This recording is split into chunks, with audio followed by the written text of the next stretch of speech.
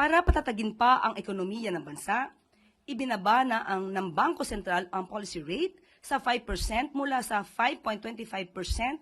Sa madaling sabi ay bababa na rin ang interest rates para sa housing, car at business loans. Malugod ding inulat ng BSP ang malaking pagbaba ng inflation rate sa bansa. As of August 2025, nasa 1.5% na ito. Malayo sa naitalang 8.7% noong January 2023.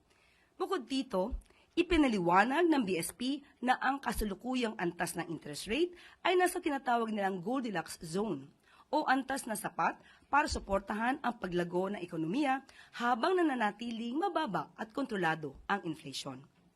Ito ang mga tinalakay kahapon sa pakikipagpulong ni Pangulong Ferdinand R. Marcos Jr. kasama ng Bangko Sentral ng Pilipinas. Alinsunod ito sa nais ni Pangulong Marcos Jr. na palakasin ang ekonomiya ng bansa at magdagdag ng mas maraming job opportunities para sa bawat Pilipino.